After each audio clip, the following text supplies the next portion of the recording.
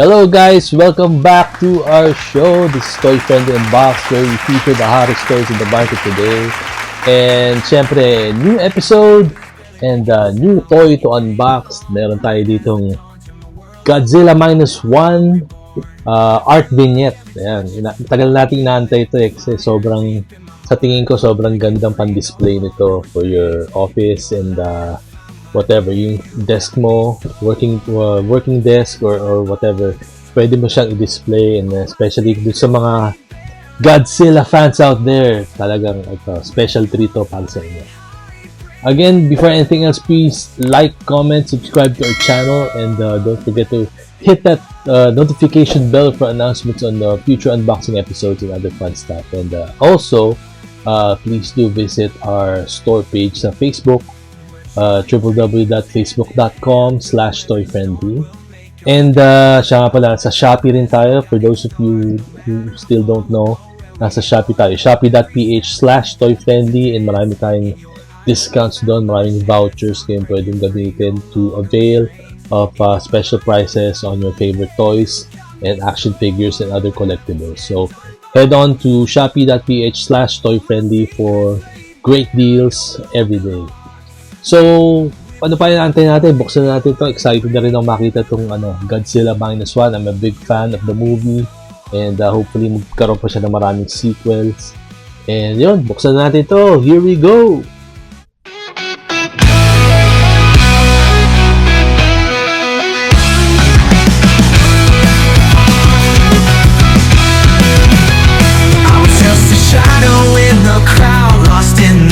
Barely making a sound, then you came along, bright as the dawn, turned my world around. Now I'm reborn. Every look, every touch, it's a spark. You lit the fire deep in my heart. I'm breaking free. So guys, welcome back. Ito, bubuksan na natin to.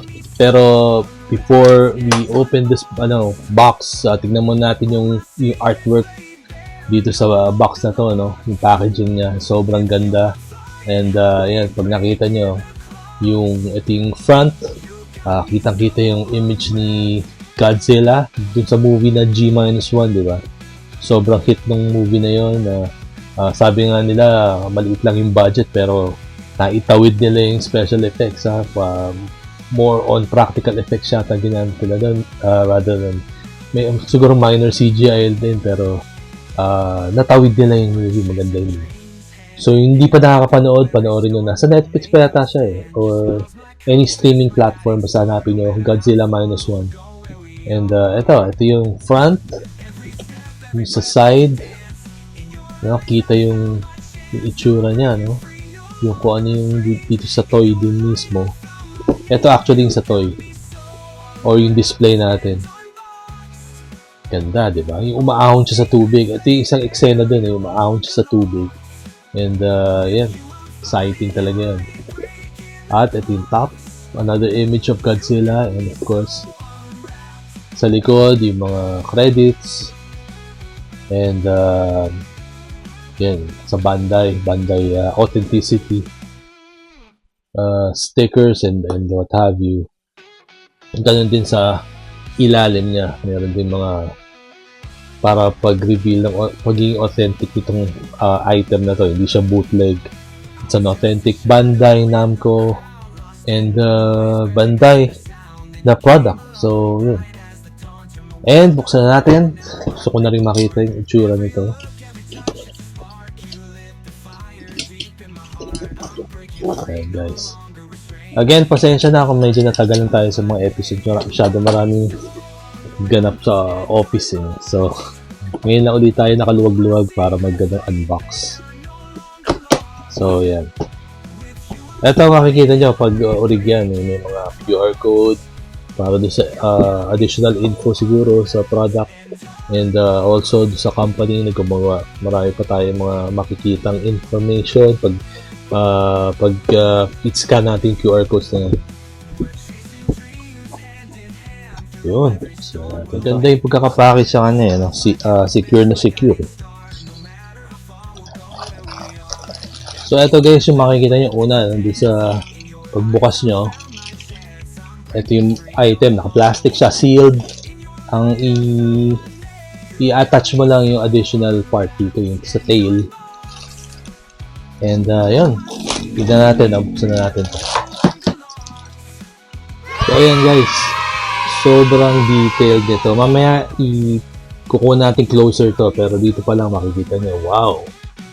Diba? Ang ganda pan-display nito. Tapos ito lang yung inassemble mo dyan, yung tail, kasi nga parang ang effect niya is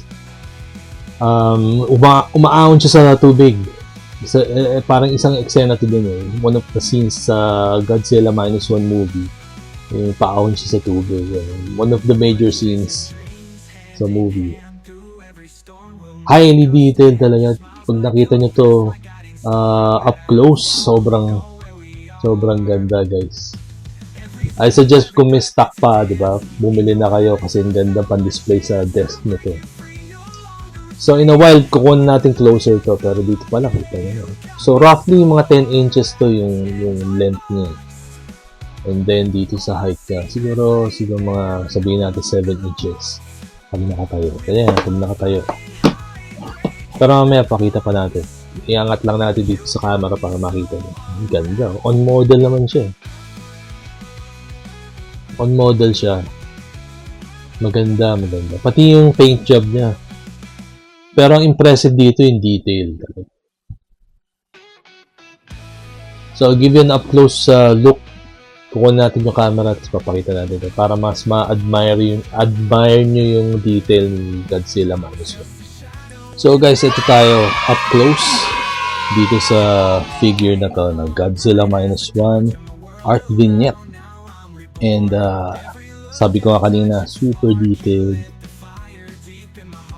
Talagang tinry nilang i-replicate yung exact image ni Godzilla sa movie, with gleaming eyes pa nga ito. And wala siyang articulation, like I said earlier, display lang siya talaga. Maganda siya sa mga working desks niya. Kalagay doon. Talaga conversation piece pag nilagay niya to. So yan, parang length na is para 10 inches. And yan, mga spikes niya sa boy na boy. Ito yung detail niya. Yan. And yung sa tubig, of course. So up to his tail. Ito yung likod. Back view. Diba? Ang lupit. Kita niyo lahat yung detail. Yan, magandang diba? Magandang representation ng movie character is you spare no expense trying to replicate the details of the main character of the movie or the series, story. Ganda, at yung sa pagbuka ng bibig. Eksakto. Kung sa mga customizers, pwede nyo pang if you want, pwede nyo pang ilagyan ng mga additional highlights siguro. I'm sure may gagawa nun. And ang isang comment ko lang siguro, alam niyo naman ako, mahilig ako sa mga big scale na toys. So sana, I'm sure maglalabas din sila ng nito mas malaki na scale. And yun, panalo yun. Pero syempre, expect heftier price for that. Ito naman, sobrang reasonable ng price nito. Available pa rin to sa store ko kung may gustong bumili. $850 lang to. $850 lang to. Ito yung likod niya. And yun, makikita mo, Bandai Spirits. Made in Vietnam pala to. Itong particular item na to. Spinning siya yung number, serial number. Ayun guys, ang ganda. Sulit na sulit. Dun sa mga Godzilla fans, definitely a must-have for your collection. And sa mga gusto magsimula ng Godzilla collection, ito. Ang gandang jumping on point to.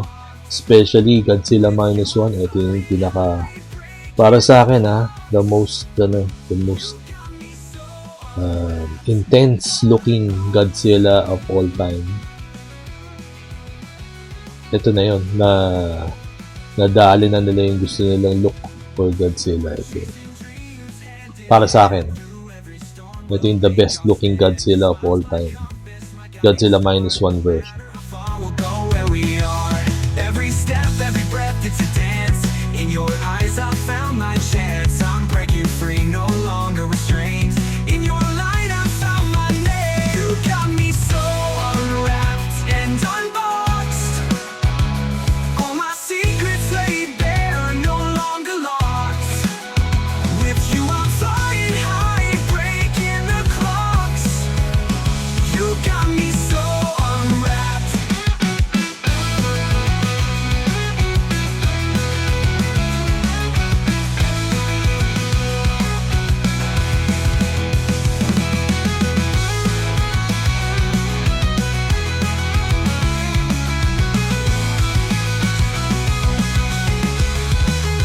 We're chasing dreams hand in hand. Through every storm we'll make us stand. Your smile's my compass, my guiding star. No matter how far, we'll go where we are.